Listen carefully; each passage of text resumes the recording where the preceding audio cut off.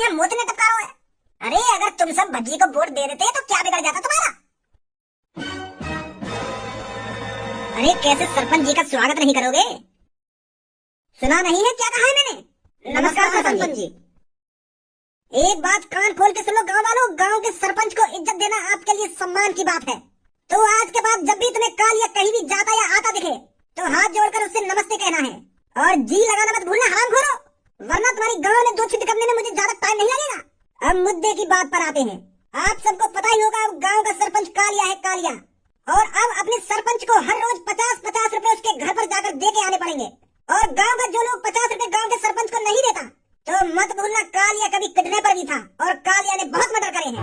जो कालिया को हर रोज 50 रुपए नहीं देगा उसके साथ कालिया पता नहीं क्या करेगा।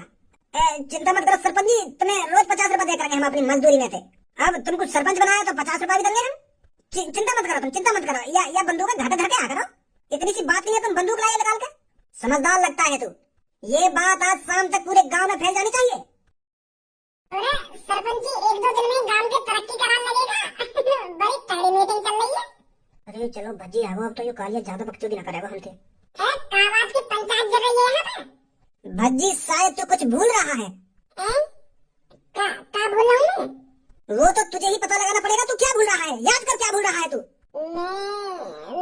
मैं क्या भूल रहा हूँ? याद आ रही क्या भूल रहा हूँ मैं। आज मेरे पापा ने मुझे सुबह कही कि बेटा एक बैग रखो घर में, वहाँ में पैसा है तो गिन के बता कितनी। तो मैं वहाँ बैग के पैसा गिनने भूल गया हूँ। अब जाऊंगा फिर गिनूंगा फिर बताऊंगा पापा ने कितने लाख रुपए का बैग में। अबे चूतिया कर बिल्कुल। अरे तू ये भूल रहा है तेरे सामने गांव का एक नया सरपंच खड़ा है और तूने उससे अभी तक नमस्ते नहीं करी है। इज्जत दे, पूरी इज्जत कालिया को। गांव का सरपंच है कालिया। ले चिंचिनी पी ले मेरी। अपने लिए होगा तू गांव का सरपंच, मेरे लिए ना है। नमस्ते तो तेरे को करनी पड़ेगी, राजी राजी नहीं तो गैर राजी।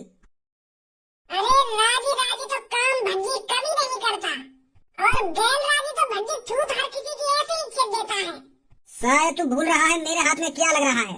एक मेरे हाथ में बंदूक की पावर है और दूसरी सरपंची की पावर है। और तू मेरे सामने अब अड़ियल है, अड़ियल। वो जमाने गए भज्जी जो तू मेरे पे यूं ही मार लगा देता। अब नया कालिया है, नया। नमस्ते का मेरे से।